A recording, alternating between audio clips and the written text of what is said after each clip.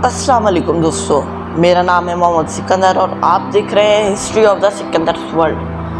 आज की हमारी video the Mughal empire series का आखिरी और लास्ट पार्ट है, यानी 7th पार्ट, जिसमें हम आपको उरूज पे हुई मुगल सल्तनत की ज़वाल की तारीख बताएंगे कि आखिरी चंद बादशाहों ने मुगल सल्तनत का भरम कैसे रखा और कैसे उसको 1857 तक लेके चली 1707 से। तो चलिए हम अपनी वीडियो को शुरू करते हैं। छठे मुगल शहंशाह औरंगजेब आलमगीर के 5 बेटे थे, बहादुर शाह अव्वल, मोहम्मद अकबर, मोहम्मद शाह, मोहम्मद कम्बक और मोहम्मद सुल्तान। इसके 5 बेटे तख्त नशीने के आहिल नहीं थे, नाहिल हुक्मरान साबित हो सकते थे। इस वजह से एक और शख्स मोहम्मद आजम शाह, इन्होंने उसको अपनी सल्तनत के तख्त पर बिठा दिया, जो उसके बाप के दौर में वजीर आजम था और काफ़ी अक्लमंद शख्स था। उसके तख्त पे बैठते ही ज़्यादा कुछ न हो सका, लेकिन वो जल्दी इंतकाल कर गया।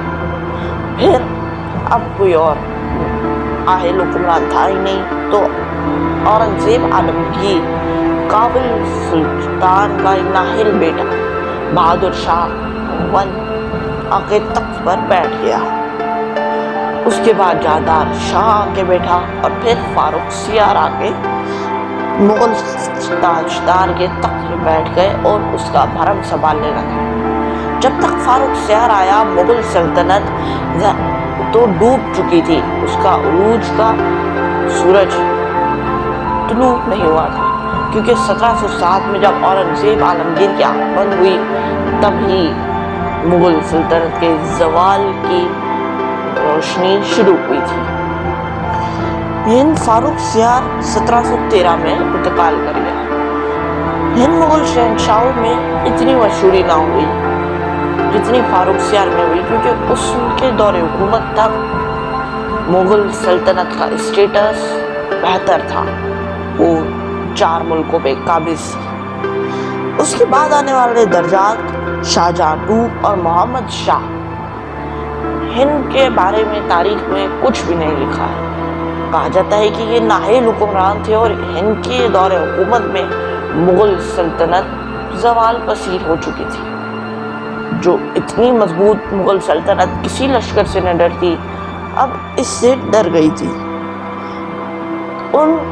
जब मोहम्मद शाह तख्त पर आके बैठा, तब एक और शख्स बहादुर शाह अदबाली उभरा।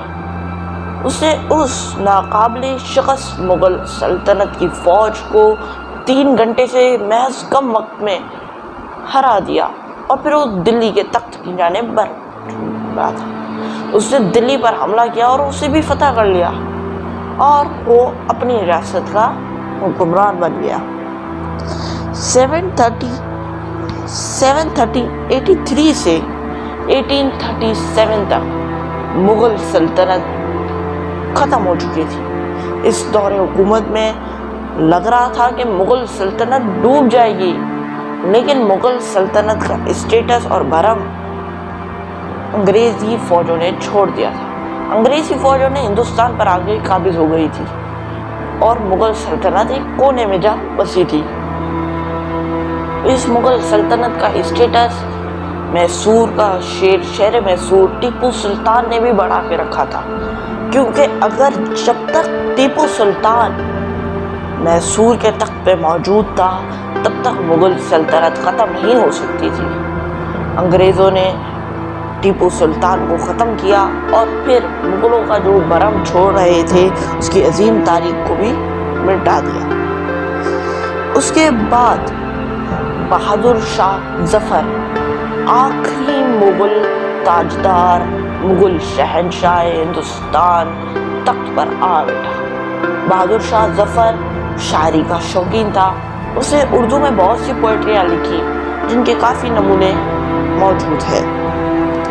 उसके दौरे हुकूमत में मुगल सल्तनत ज़्यादा अहमियत हासिल ही नहीं थी, वो 1 से 2 शहरों पे काबिज हो।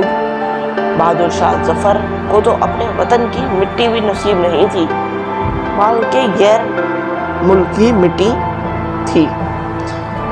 وہ 1837 سے 1857 تک مغل تخت پہ آ بیٹھا, یعنی 20 سال آخری مغل شہنشاہ بھی تخت پر آ بیٹھا.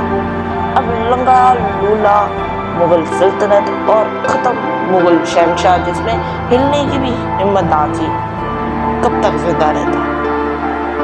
اس کو تو ایک اور دھچکا انگریزوں کی طرف سے لگا, کیونکہ اس نے اس کے بیٹے قتل کر دیے. صبح کے ناشتے میں ناشتے کی جگہ اس کے بیٹوں پوتوں کے سروں سے پیش کیے گئے. کچھ تاریخ دانوں کے حساب سے ان سروں کی تعداد 140, 120, 130 یا 150 کے درمیان بتائی جاتی ہے. پھر کیا تھا, اب بہادر شاہ ظفر بھی اس صدمے سے دوچار ہوا. بہادر شاہ ظفر کے اپنے 30 بیٹے تھے اور 32 بیٹیاں تھیں, تو اتنے سر تو مہیا ہونے ہی تھے. بہادر شاہ ظفر زیادہ عرصے اس دکھ کو برداشت نہ کر سکا اور 87 سال کی عمر میں انتقال کر گیا, اور مغل سلطنت پر انگریزوں نے قبضہ کر کے مغلوں کو ختم کر دیا. 321 سال بعد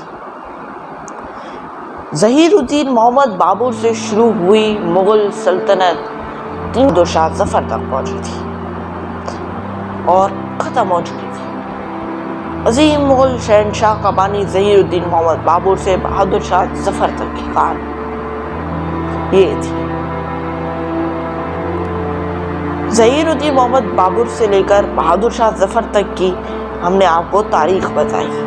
اگر آپ کو ہماری مغل امپائر سیریز اچھی لگی ہو تو اس ویڈیو کو لائک کیجیے گا, ہماری مغل امپائر سیریز ویڈیو کو لائک کیجیے گا اور چینل کو ضرور سبسکرائب کر دیجیے گا تاکہ نئی سیریز نئی ایپیسوڈز کا آپ کو نوٹیفیکیشن ملتا رہے. اگر اس پوری سیریز میں ہم سے کوئی غلطی ہوئی ہو تو ہمیں معاف کر دیجیے گا. انسان تو خطا کا گھر ہے, تو غلطیاں تو ہوتی ہی ہیں. اگر آپ کو پچھلی ایپیسوڈز مغل امپائر سیریز کی دیکھنی ہے تو وہ ہمارے چینل پہ موجود ہے اور ڈسکرپشن میں اس کے لنک بھی موجود ہے. آپ چاہیں تو جا کے دیکھ بھی سکتے ہیں کہ کیسے عروج پہ سلطنت آئی اس کے ابا اجداد نے, اور پھر کیسے چکنا چور 321 سال میں کتنا کچھ تبدیل ہوا. لیکن اس کے بعد بھی کم از کم 90 سال بعد ملکوں کو اپنی آزادی ملی. میں ملتا ہوں نیکسٹ ویڈیو میں, تب تک کے لیے اللہ حافظ.